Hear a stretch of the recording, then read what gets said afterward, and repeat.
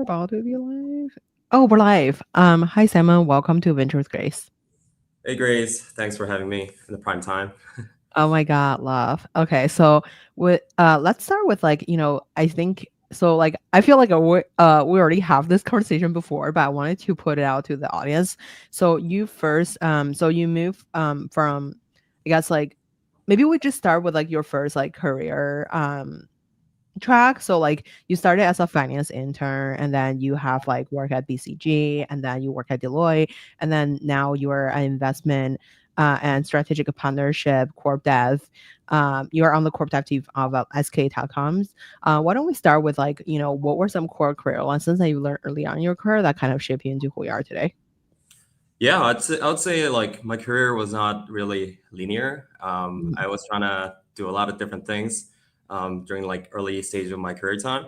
So actually, I didn't tell you, but the first thing that I got interested in was nonprofit, which is kind Mm-hmm. of funny that I'm right opposite side of this nonprofit thing Mm-hmm. right now. But yeah, I was really into like social welfare, like education and access to technologies and how these can actually impact those developing countries. So I also spent some time in like a small town in Bangladesh working with Mm-hmm. their finance team and how those access to those finance actually impacted those people over there. And then I was somehow attracted to management consulting when I was in college. So I did some work in BCG and Deloitte. Did a lot of projects, touched a lot of industries, both in Korea and in the US. And then I went to the military service for 2 years. And when I got back to our campus, a lot of things has been changed. The data science has been like the core thing, the core major of my college in UC Berkeley. And I took a lot of courses in data science, and it gives me a lot of senses that those data and actually the AI, machine learning, could actually change the entire industry at once. So that's how I got into the tech industry. So after that, I met a lot of founders, entrepreneurs based in Bay Area. And the first job I took right after college was the early stage crypto startup that was actually making like crypto derivative exchange, Mm-hmm. NSF, that just came out of the YC. And I joined the team as a first business hire, and it taught me a lot of lessons. I didn't know how hard it is to be an entrepreneur, and since I was the only hire in business unit, um, it was really messy. So yeah, yeah, it was, but it was a great experience. I got to know a lot of people, learning how to be agile in all the process and stuff. And after the COVID broke out, I actually tried to found my own company with my fellow engineers. So we started a small startup that provides HR services to startups. Mm-hmm. Um, Basically, like providing coding interviews. Since everything went Mm-hmm. virtual, we were trying to provide some coding interview platforms for Korean startups. Um, Mm-hmm. yeah, we failed in scaling, but we did a lot of POCs with startups in Korea. We got some first users. We also got the investments from the governments. But Mm-hmm. yeah, we it turned out that like each startup started using the like American services at the time, and yeah, it didn't. We couldn't find a great product market fit for sure. And Mm-hmm. then I went back to Korea, and I joined another startup which makes a simulation platform for fashion design. I led their new business development arm and launched their cloud services, and they're doing great. But at the time, I was like really confused myself. I was constantly thinking of myself, what would be like a best path for my career. And I didn't, since I only worked for startups, I didn't know if I'm doing the right thing with the right people. So how can I be a great entrepreneur? How can I be a great employee? That was Mm-hmm. a core question that I had. So I think to experience that, I touched the investment is something that I can touch on. I mean, Mm-hmm. like I get to meet a lot of founders, see what kind of characteristics that shape them. Mm-hmm. So yeah, that's how I got into investments and Mm-hmm. also like a corp dev. And the reason I chose SK is SK has been growing out of acquisition.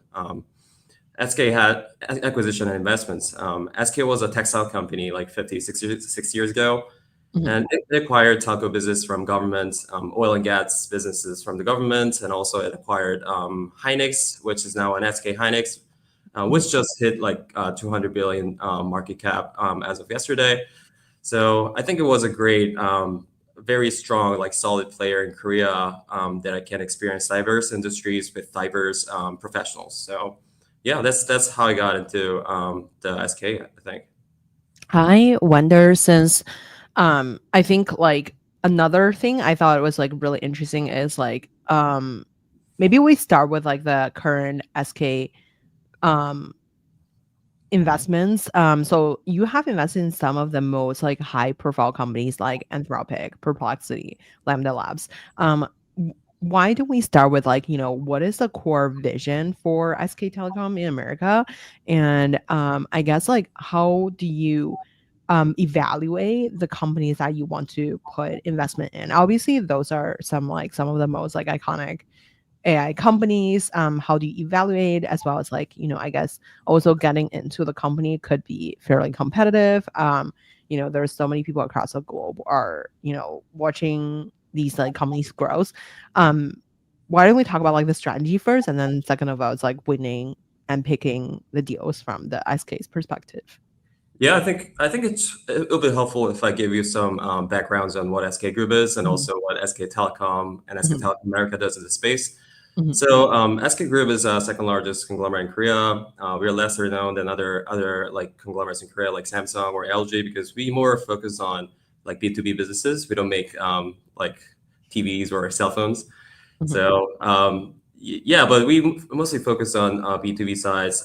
We have businesses in oil and gas, semiconductor, telecom, obviously, and biopharma as well. And we mhm, have about like 250 operating business units under our corporate umbrella. So it's a lot of businesses. And SK Telecom is the largest telco company in Korea. And our job is not only the telco, but we are at the forefront of the digital transformation of the entire SK's existing businesses. So we believe that the AI is something that can bring our existing businesses to the next generation businesses. So yeah, we are investing in this space quite a lot. So SK Telecom America is basically the corp dev arm, U.S. corp dev arm of the SK Telecom, where we find strategic partnership opportunities, and we also run our own evergreen fund here with 140 million dollars. And as you mentioned, we invested in companies like Anthropic, Lambda, Perplexity, TwelveLabs, and many more. mhm, So I would say our strategy is we are looking for startups that can work with our existing business units. So the three things that we do is AI infrastructure. We build data centers, run data centers, and we bring the GPUs and provide it to other enterprise customers in Korea. That's the one thing. And we're also building AI agent services like personal AI agents, consumer AI for our users in Korea. And also, we're looking into how we can utilize AI to those manufacturing or other like very brick and mortar businesses in Korea.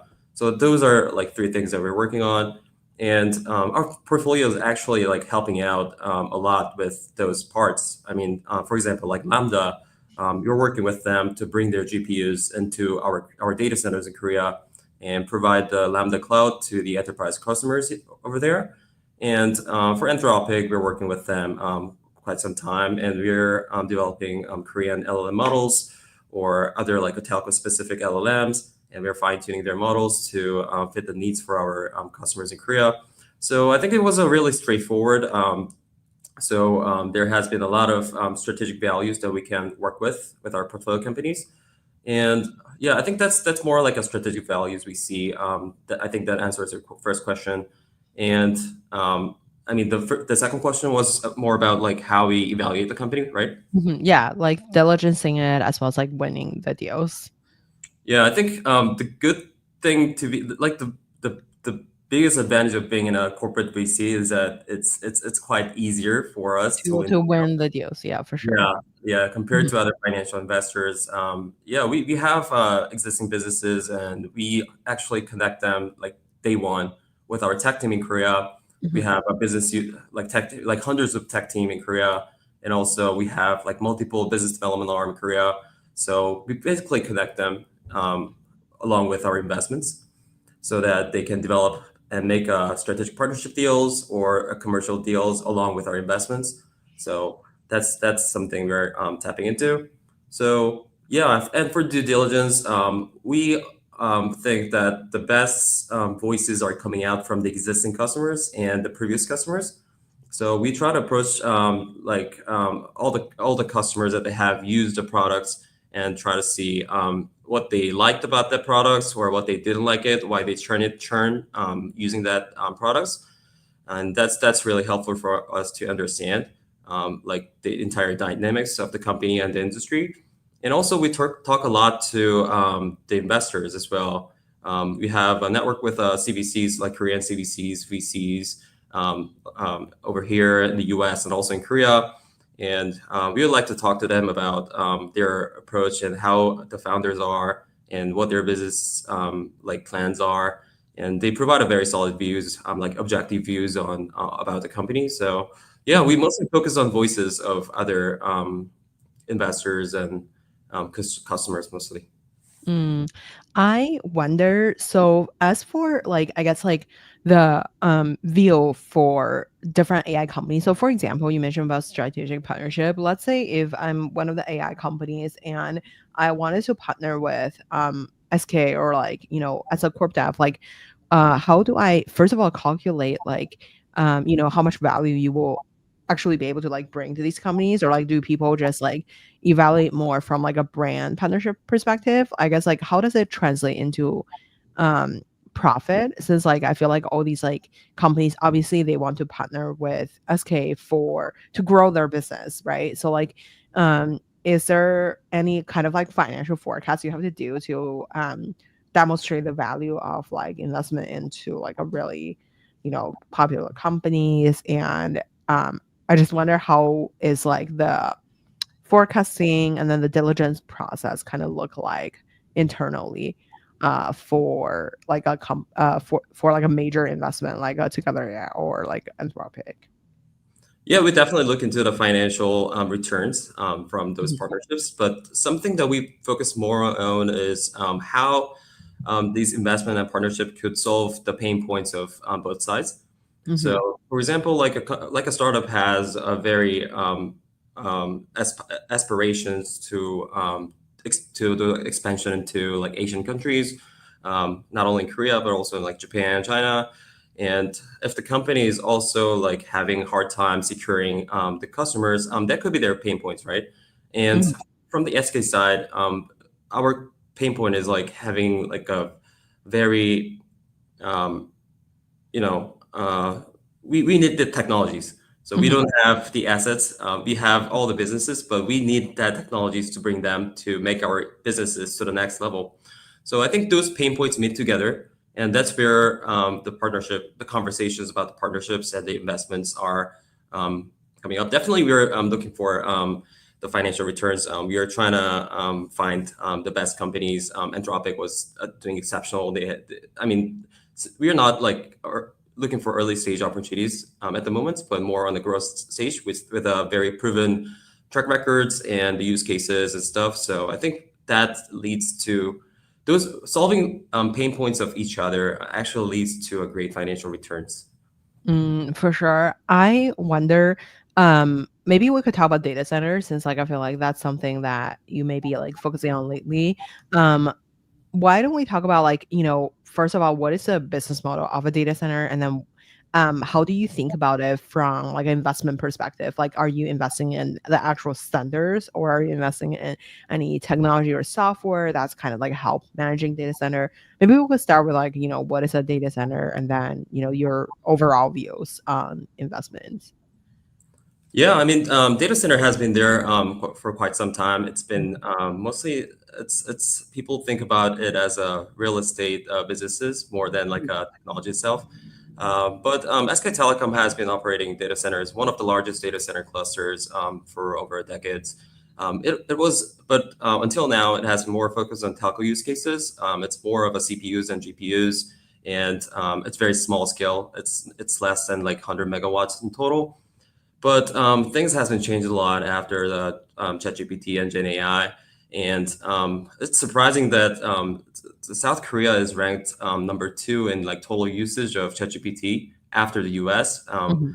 I, I heard that like 10 million people in Korea are using ChatGPT, where the population is 50 million, which translates into Mhm. like 20% of the population is using ChatGPT, Mhm. which is surprising. Yeah, so there has been a lot of demands about those computing powers, not only the training but also for the inferences. And there has been a lot of startups coming out recently in Korea to develop those LLMs for Korean, and also lots of applications and orchestration layer for those LLMs.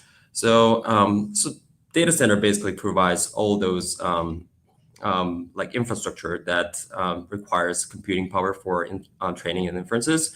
Like every application, every LLMs definitely need those computing power to, like make their things faster. So we started building it. We actually announced plans to build a gigawatt scale, which is the largest in Korea, um, in the southern part of Ulsan, um, which is the southern part of Korea. And we announced last week that we secured 100 megawatt steel from the AWS, which is I think it's a very good start. So yeah, and we are not only making those data centers, but also we are making softwares. We make memory chips. We are also trying to do some interconnects, orchestration software, and also we are looking for like how we can source those energies efficiently. So it's a very mixture and complex mixture of all those elements, both the software, hardware, and energy. So yeah, it was very simple like 5 years ago, but it's a very different, complex dynamics right now. So we are trying to see how we can find the best software players, how we can make those like computing and inference 10x faster than like past year. So that's our Mhm. mission, and so we're looking for lots of startups that we can attach it to our existing data centers, and also Mhm. the AI data centers that we're building for the next 5 years. Mm.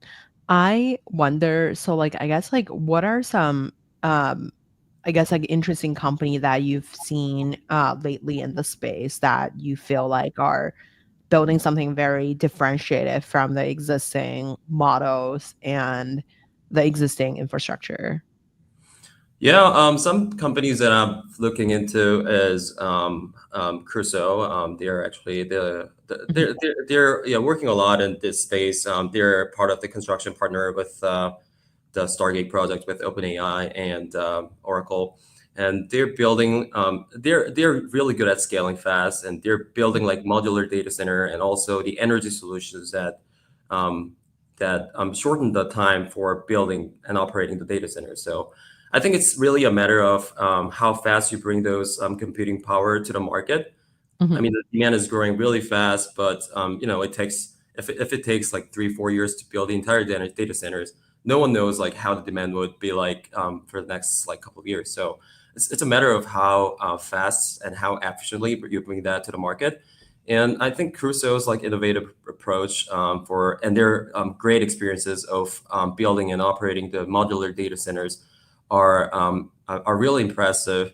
And when you look at that site in Abilene, it's really impressive. So I think that company is doing really well in this space. And also, yeah, I recently got to know about a company called Phaidra AI, which does like automates all those things that goes inside of data centers. So yeah, Wait, they basically make software for data center infrastructure management and not stuff. not fireworks, not fireworks. I think fireworks is like draw, Phaidra, right? Fire draw, Phaidra AI. fire draw Yeah. AI.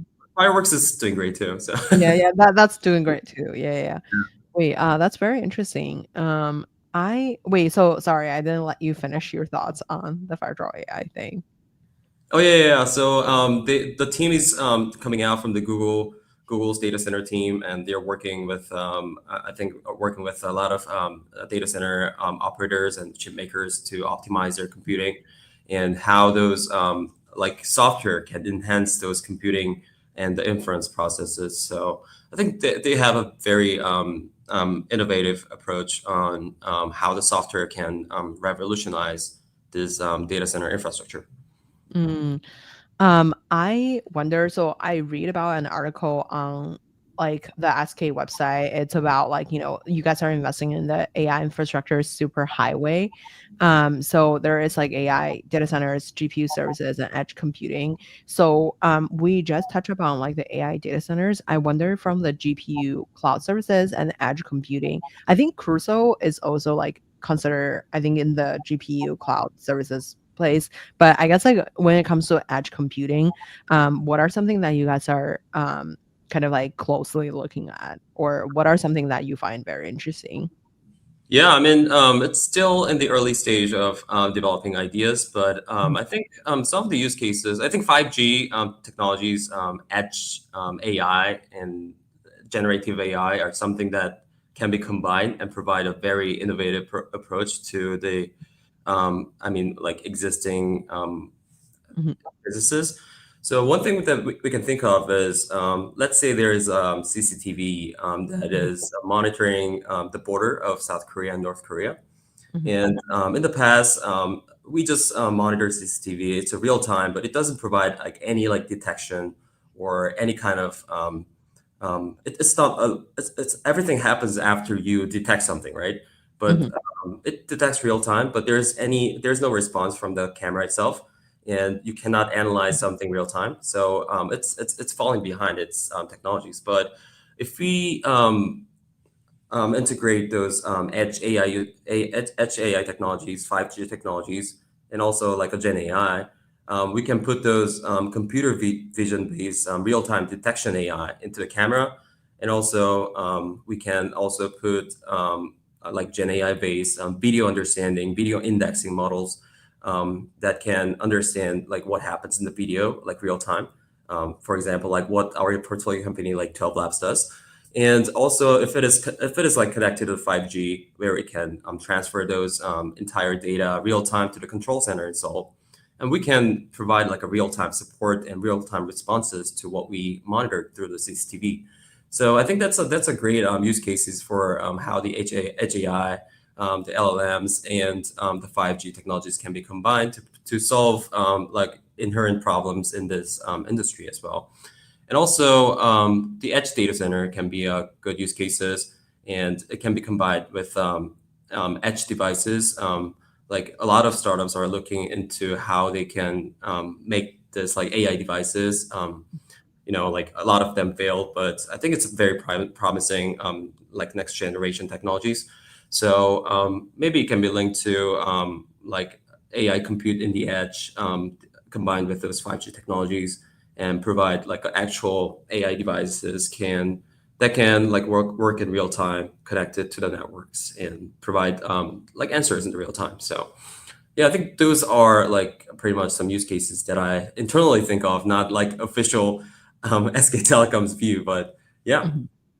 For sure. I wonder, so like I guess like to continue the like current market share for like SK, I guess like how do you guys think about like investing? I think like since we briefly chat about like Anthropic and everything else, like how closely do you guys work with an Anthropic or Together AI? Is there like an existing team that's like frequently check in with the um like Anthropic team to like, consistently looking out for like the new trends or like uh new applications that you guys could like kind of like join forces, or does it kind of like from periodically, let's say if there's a new launch, someone will like connect to the team to like kind of um from like a product perspective to think of collaborations. I mean, obviously, it doesn't have to be this particular company. I'm just out of curiosity on like the collaboration model between um, the corporate investment into a company. Yeah, like I said before, we have like 100 people tech team in Korea and also a biz dev team in Korea. Mhm, So they joined the conversation since the day one. So mhm, since we are strategic investors, there are some companies that does a conversation after investments, but we more tend to begin the conversation with the strategic partnerships, and then that mhm, leads to an investments. So we cannot make an investments if there is no strategic fit with our business units. Mhm. So yeah, we work very closely for Anthropic. They have a dedicated telecom team that Mhm. manages relationship and biz dev with the telecom companies like us, Mhm. and also not only us, but like other telco companies like SoftBank, Deutsche Telco. They're also working with them as well. Mhm. And for Anthropic, I didn't get an update from them, but not yet. But they have been talking with our tech team about like co-developing some like Korean language models or like a telco specific models where we can use that to like call center applications and stuff. Mhm. And yeah, that's one example. And for example, with Perplexity, they are very excited Mhm. about the APAC expansion and also Mhm. AI devices. Also, like how they can apply those like Perplexity application into like the telcos. So they have been partnering with us and also like SoftBank and Deutsche Telco, and Mhm. we started to give the free pro subscription for 1 year to our users in Korea. I think that's the same models for in Japan too. Mhm. So we wanted to bring the next gen AI search engine to our existing user bases, which increases the like customer retention for our side, and also Perplexity. If the customers, even the customers who didn't know about the Perplexity, gets to know with as they are included with our SK Telecom's product offerings, so they can get access to all those customers in Korea naturally by being incorporated into the entire AI platform for SK Telecom. So Mhm. I think those two things are very much representing how we collaborate each other.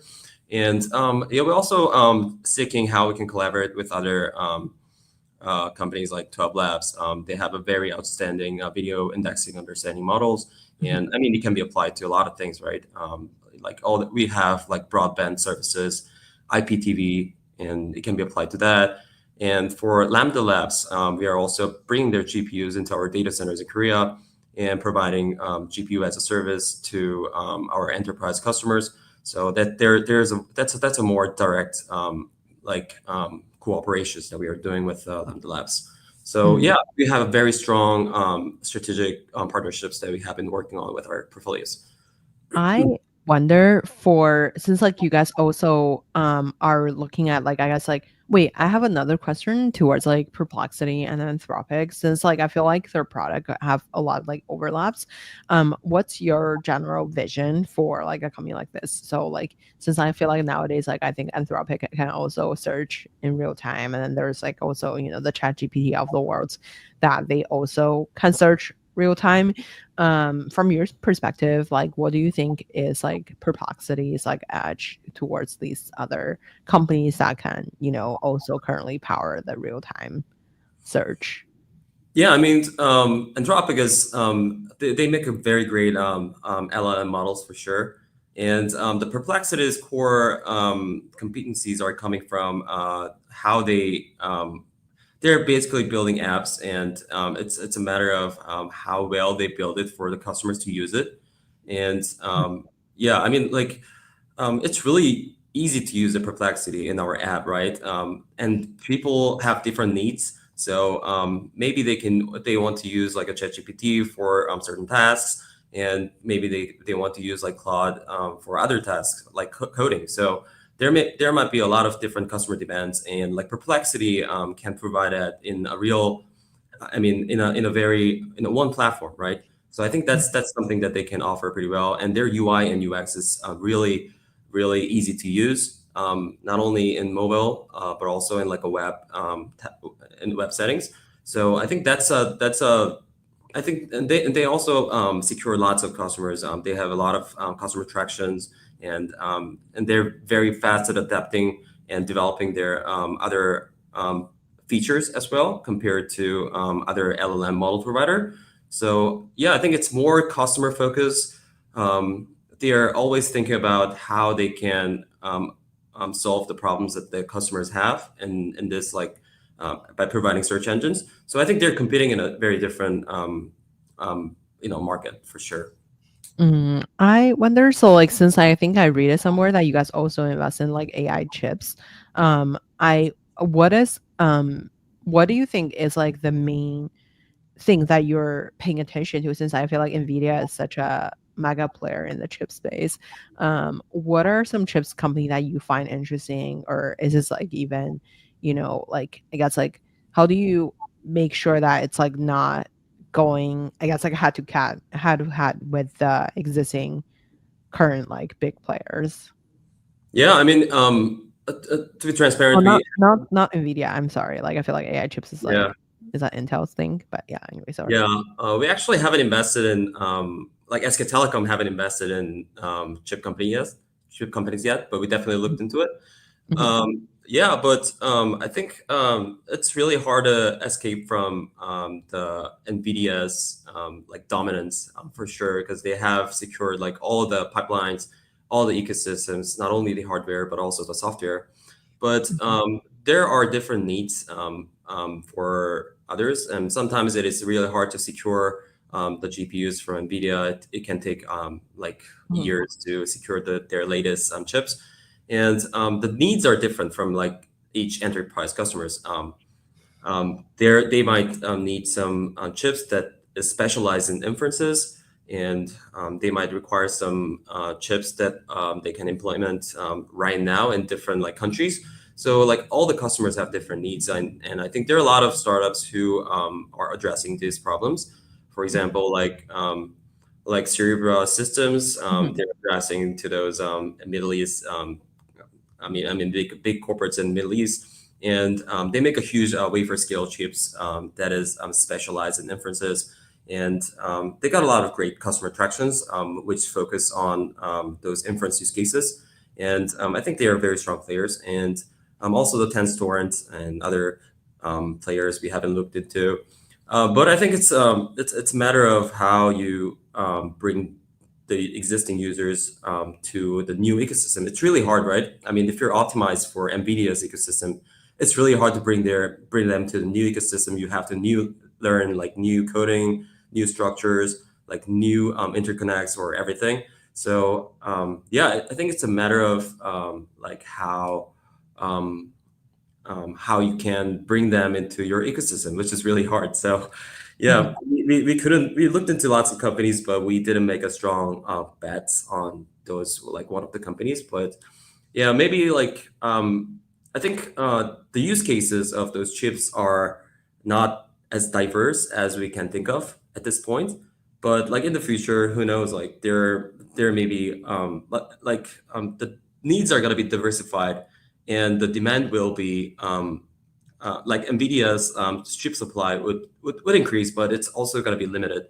So I think there are a lot of different like chip companies coming out, focusing on specialized use cases and also like specialized needs of the customers.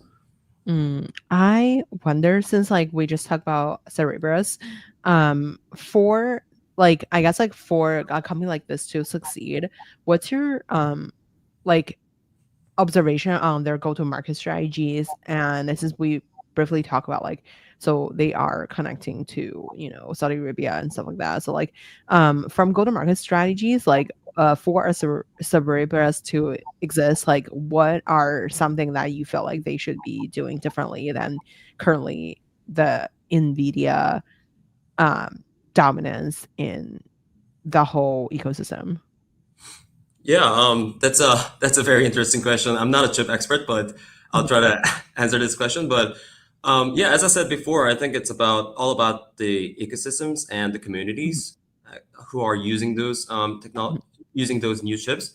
So it requires lots of efforts from like existing like NVIDIA developers to transfer into those like new ecosystems, new developer communities. I think those like smooth transition into the new ecosystems, how they make those ecosystems easier for the developers to transfer into. Mhm. I think that's the most important part.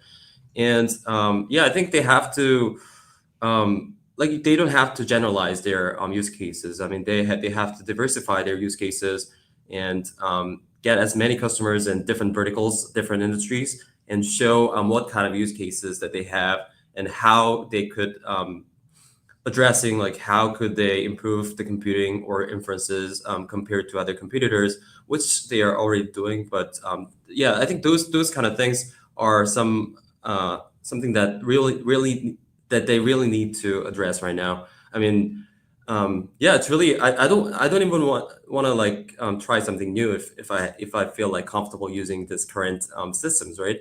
But it's all about like getting into a different system, different people, different environments, and we feel the same too, right? So Mhm. What do you think startups still have an advantage to go head to head with like some of the existing players in the either chips or data center perspective? I was like, I met like a founder yesterday who were just like also building the new type of data center. I guess like the more energy efficiency data centers is it's like currently we're in deep tech week right now, but I wonder what are like some ways that startup can still build like $1 billion business, since like we chat about like community, but like how should they build like a really good distribution system for or like differentiate themselves with the current existing big players. yeah, I mean, compared to incumbent players, I think startups has a great advantage of being flexible with the customers Mhm. and how like the like speed to integrate the existing like new technologies into their technology stack. I think Mhm. those are two key differentiators and how they Mhm. can build into grow into like $1 billion businesses in a very short period of time.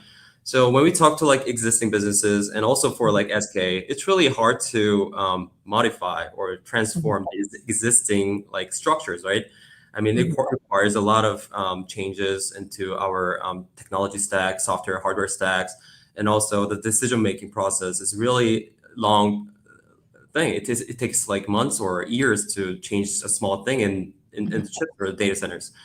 But I think startups has a great flexibilities in terms of adopting the new stacks for technologies. I mean, it's developing every day. Every day, the new technologies comes out, the new chips are coming out, and they see it every day and change it. And they also can change their how their addressable markets and their like customer bases are can be really diverse. So I think the flexibilities of bringing the new technologies and customers and like they have a great. I mean, like the key differentiator can be like how you work with the customers as well. Mhm. Like incumbents, like people, it's the product is more standardized, so it's really hard to customize it for your customers or provide a real-time supports to our like enterprise customers. But if you're startup, you can be more flexible, right? You can give very customized solutions targeting for like one companies, one customers, and you can give like a very detailed supports, like a real time, 24 hours, 24/7 Mhm. supports. So I think that's I think that's the reason why like enterprises can use the soft Mhm. like startups products instead of like big tech's products, and it's not limited to I think the data center or chips, but let's say about like a video models. I mean, Mhm. like an audio models. Why do like Google has a very nice like video models, and also like they also have like, audio models. But why do like enterprise customers use like 11 Lab solutions or the 12 Lab Mhm. solutions? Yeah, I talked to like other investors why they're using it. I mean, like you can just use Google's products. It's really easy to use it, and you could just yeah, you could just do it like a one click.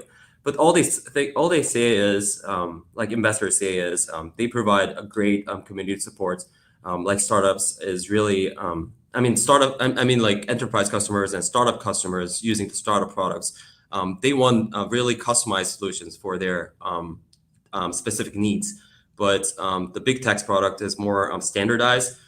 It's very fixed products, and it doesn't provide like a real-time like supports Mhm. for those like models, right?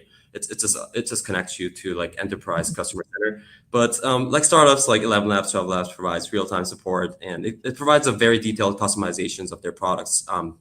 specific to the needs of their customers. So I think those are like something that they can, like why startups use and like grow really fast.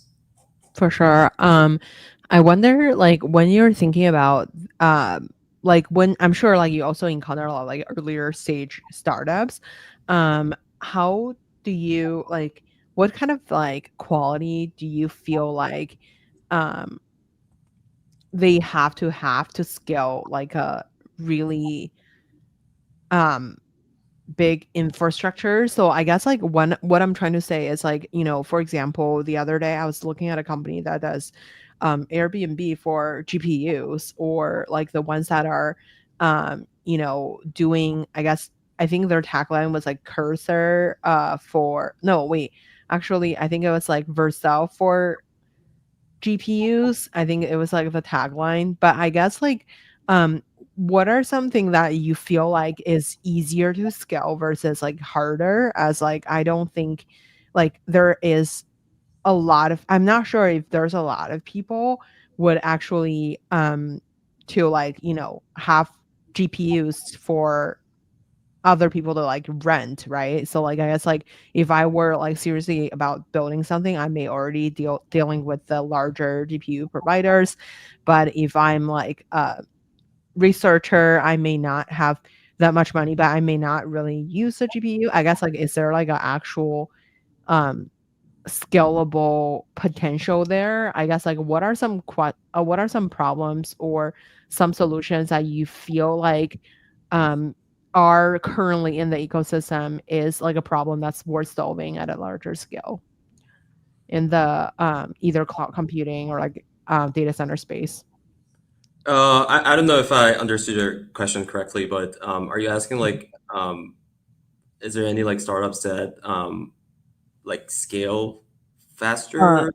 like I guess like what are some problem that you see in the ecosystem that's not addressed by like a really big company currently that you feel like a startup could kind of like still solve? Is there Oh, like any kind of like white space that you feel like people are not like heavily invested in? Yeah. yeah, I think yeah, I have started looking into those like consumer AI recently, Mhm. and I think it's a very early stage market, and there are a lot of players. I mean, the big techs are definitely looking into this sector. For example, like a Gemini, they also launched Mhm. their Gemini agents that navigates like all the websites for you. And yeah, I think it's there has been like mixture of like big techs and startups in the scene, but I think the startups can get some more advantages in this like ecosystems, because the first thing is I mean requires lots of connectivity to different applications. I mean, if you're at Google, you are tied to those Google ecosystems, right? You cannot. It's really hard to expand your footprints into like Microsoft ecosystems, Amazon ecosystems, so on. But I think startups has definitely some advantages over being like flexible and to like putting everything together.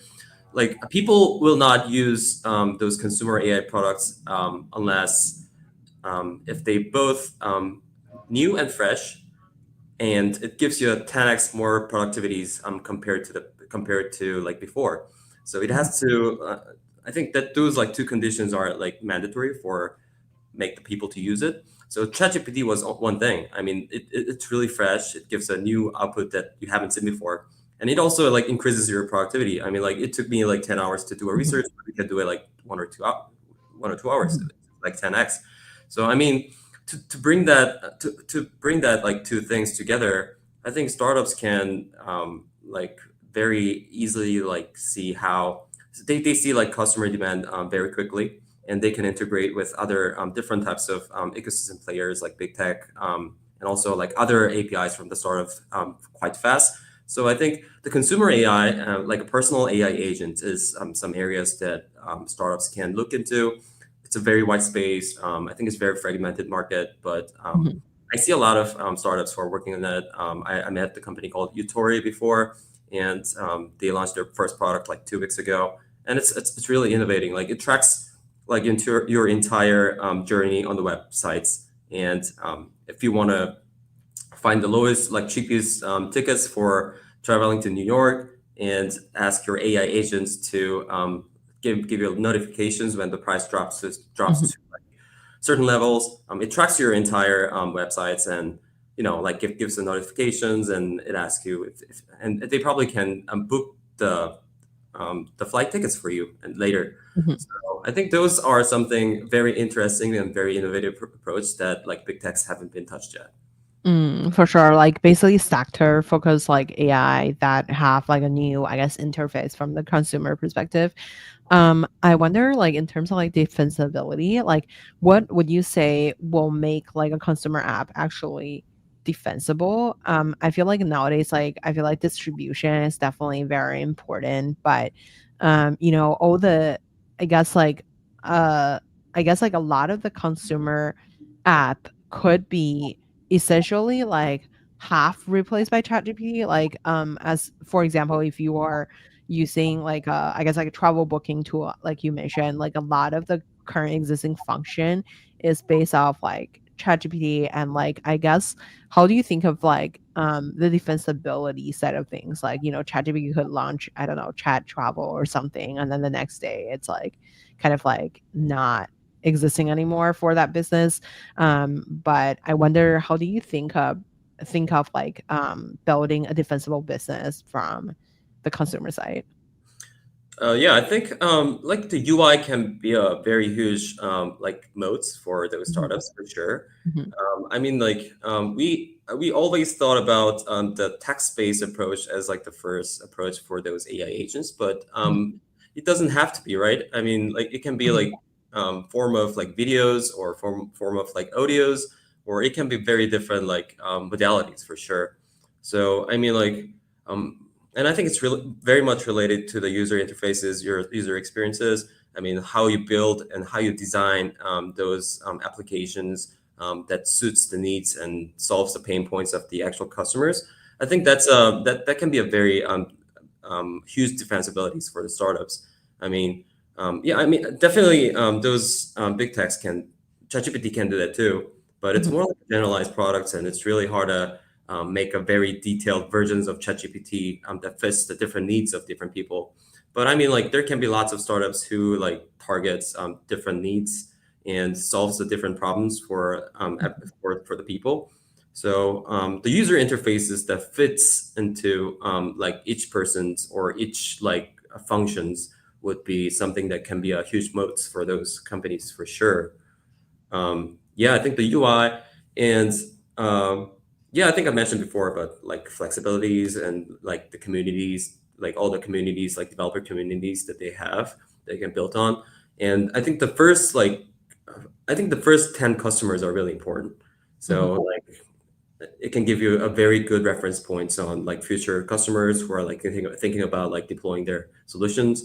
So mhm. yeah, I think yeah, but I still think the UI is something that can be a game changer. For sure. I totally agree with you. I feel like a lot of consumer app, the UI or like the first experience, how you engage with the product is very important. And then same as like personalizations. So speaking of like search, or like speaking of like the personalized experience, I feel like nowadays I see a lot of different companies are doing the new way of SEO, right? Like, so basically in the past, people may be like trying to rank better on Google, but nowadays there's like a lot of people just start their entire internet journey from ChatGPT or Anthropic, just to start searching based off their interests. And then, like I said, the ranking ecosystem is probably different from the traditional Google search. Is there anything that you find very interesting in that space? Like, what is the future of search going to look like, since you're an investor of Anthropic and Perplexity both? Yeah, I think yeah, the something that I really got really interested into like is advertising industry. Like it's very much related to like search engine operations, and Mhm, I think those like use of those Gen AI or like AI based search engines could mhm, affect a lot in those advertising industries. I mean, mhm. it can be detrimental because like if you're not going through like all those websites not anymore. You just type something you want in a ChatGPT and it goes directly to the websites that you want.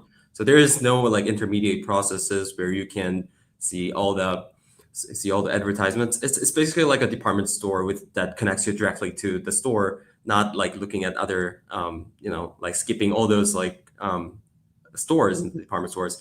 So yeah, I think that's yeah. So I looked into how they can affect those advertising industries, but yeah, I think it can be very detrimental, but it can be also be a very good opportunities for those companies that optimizes the advertisements.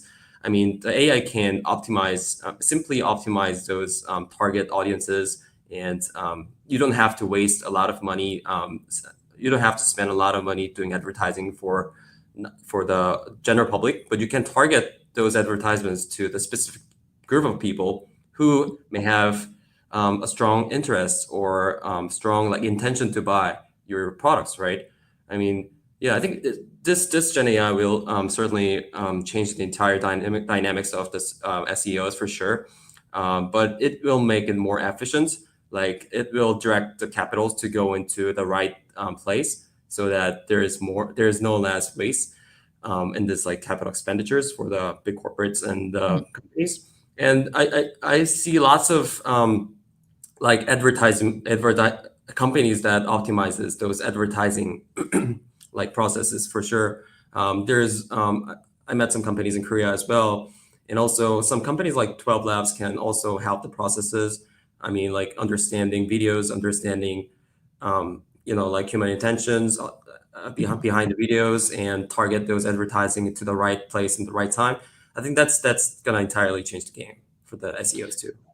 For sure. I wonder, so like in terms of monetization on these like search engines, so obviously I feel like for Lambda Lab or like some other or like for 12 Labs, they have very specific like monetization models. For 12 Labs, I would assume like a ESPN or something would like pay for them to pay for their product and services to like study these like videos and stuff. But I guess like for the search engine, so like do you envision people just keep paying the $20 to $200 per month? Or I don't think a lot of people are paying for like $200 per month for like the ChatGPT kind of stuff, like deep research kind of stuff. But I think for like the Perplexity, like $20 per month is probably a popular option. But do you feel like people are still going to monetize through these like different maybe personalized SEOs on the search engine? Or how do you envision the future of these like search engine to like monetize off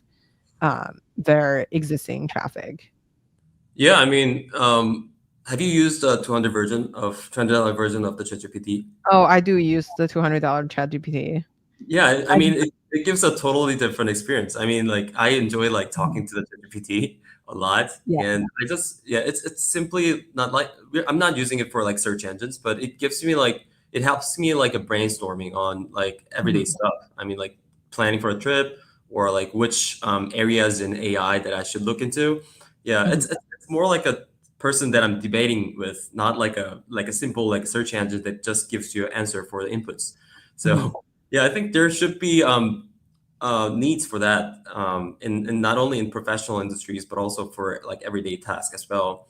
Mhm. So, but I think as like more people use it, I think they have different things to leverage on, right? I mean, all the data that are built on the systems, they can provide some more tailored solutions. And not only the text modalities, but they are also like providing lots of different features like a Ghibli Studio thing with a ChatGPT. Mhm. It gives a really different customer experience plus productivity that I mentioned before. So yeah, I think there should be like certain amount of people who will pay more than like $200 for that experiences, and definitely like as more people use it, the amount of data will be built on top of that, and that will enhance, that will help like those search engines or like LLMs like chats like scale faster than ever before. I wonder, so in terms of the future of talent or like in the future of hiring, what are some jobs that you feel like will be completely changed by AI? And so for the company that are doing, I asked very similar question yesterday to our guest yesterday as well. But like I wonder, when you are thinking about um like, let's for example, I feel like there's a lot of companies that are building um like AIs to improve the current productivity of special list. So for example, like a dentist, like it, or like a lawyer. So like people are using AI to help them book more appointments instead of like using like the AI to actually do the dental surgery, or like heart surgery, or to like actually go in court to like kind of fight with the other lawyer, I guess. So like, how do you think about building in those different two different kind of sectors? Like, do you feel like people should invest in more on like using AI to replace these decisions, or like replacing dental or like the human side of things, or versus like, AI to help them like book more appointments?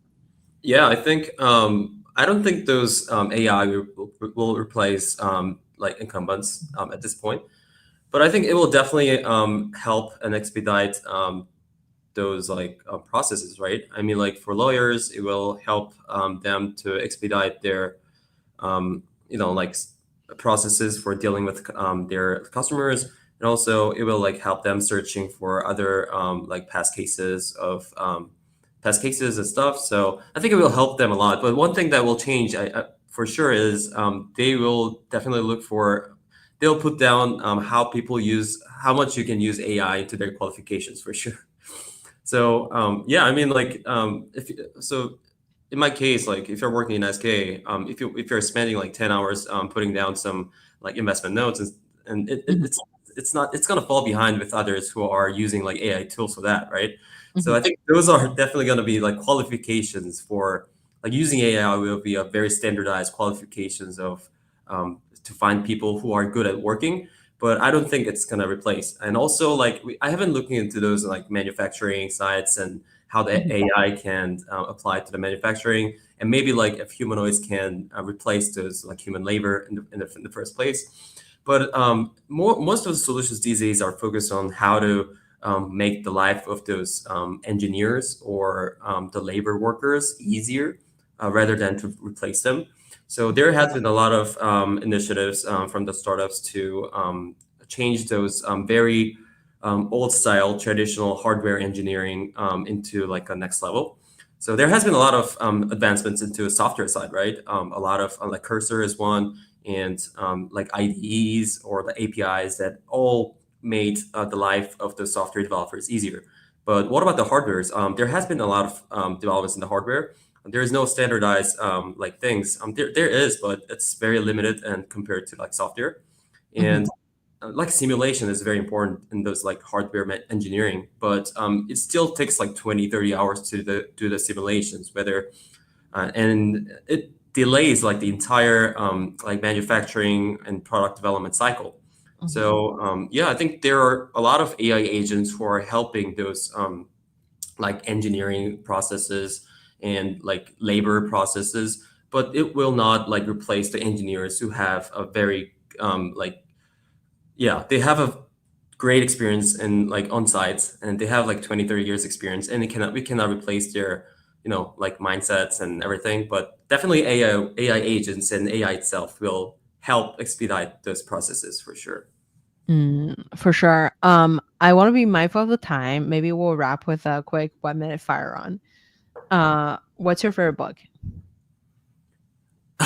Oh, yeah, I would say the most recent, the book that I recently revisited is The Hard Thing About the Hard Things Mhm. by Ben Ben Horowitz. Horowitz. Yeah.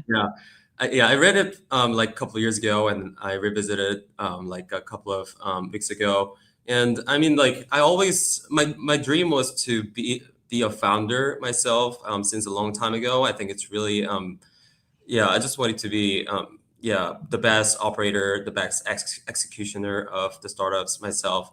But it gives you like a lot of great insights and like advisory on like how to become a good CEO, like how to manage your team, how to manage like your everyday stuff. I think I think it's like a bible for Mhm, anyone who wants to be mhm, a founder in a startups. So that was yeah, that was the most. And also I read some books by um, it's more of fiction. There are some books by Han Gang, who's Nobel Literature Prize winner last year, and her expression about like like society in Korea, and her expression about the feelings and emotions of the people are really live. And Mhm. yeah, you must try read it. Totally. I will totally try to search for it. Who made the biggest impact in your career? Um, I would say I think there are two people. Firstly, my dad. Mhm, I was really introvert when I was young, mhm, but he brought me to like all the different countries. He's a pilot, by the way, mhm, and he brings to me like every country. He forced me to like meet new people, and mhm, that definitely changed my how I think about like the world and how I perceive like a relationship with people. So I mhm, think that gives me a big influence of me being in like a venture investments this year, I mean these days. And the first startup that I worked for, the crypto exchange that I mentioned before, yeah, the founder, my boss, was he was a serial entrepreneur, and he knows how to bring the startups to the success because he experienced that before. So it was a really hard time working under mhm, him, but that gives me a lot of lessons. I worked just under a year, but that 1 year was like worth of like 10 years experience in other like big corporates and other like sectors of the industry. So yeah, mhm, he showed me like what entrepreneurship is, and he helped me shaping like seeing who the great founder is and how attention to detail is important in like in the startups, and also like for as a qualities for a good founders. Um, who would you invite to your dinner party? Dinner party. Mhm. I would say Snoop Dogg. Oh my god, he is on LinkedIn too. One day he liked my status, I was crying. Yeah. Yeah, I've been to his concerts for quite some time, and yeah, when I was in crypto, I had a lot of chances to meet him. He was definitely into like NFTs and stuff. So, Love, and, yeah, for sure. yeah, I mean, like not only as an artist, but he runs a lot of businesses at the same time. Like, Yeah. yeah, so as an entrepreneur, investor, and also like an artist, I think I highly admire him, and he can give a lot of insights about like Mhm. his life and also his businesses. So why not? Yeah, for sure. Where can we find you outside of work? I'm sorry. Where can we find you outside of work? Outside of work, maybe in like a bars in Oakland. Yeah. Oh my god, Yeah, specific. Anyways. yeah. I mean, like, I really like exploring this like new cities or new towns Mhm, across like the Bay Area, and I found like Oakland. It hasn't changed a lot since when I was in college. It was a very old town, mhm, and there was like nothing on it. It's really dangerous over there. mhm, But right now, there are like new apartments, like very good communities of founders, and also like a lot of startups has been started from there, and a lot of good bars and restaurants. So yeah, I think it's definitely a must try for the Bay Area residents. for sure. I totally agree. As a East Bay person, I love the Oakland food scene. Well, Simon, thank you so much for coming on the show today. It was such a fun conversation with you. It's a master class for data center, AI, and edge computing. Love this. Yeah, thank you so much for having me. I think it's yeah. I think my yeah, my knowledge. I'm studying a lot these days. I'm not an expert in both data centers and AI, but I'm trying to get as much hands-on experience through investments, and also trying to meet a lot of founders myself to learn more and also find some good opportunities together. So yeah, thank you so much for having me. Amazing. Thank you. Let me quickly end stream.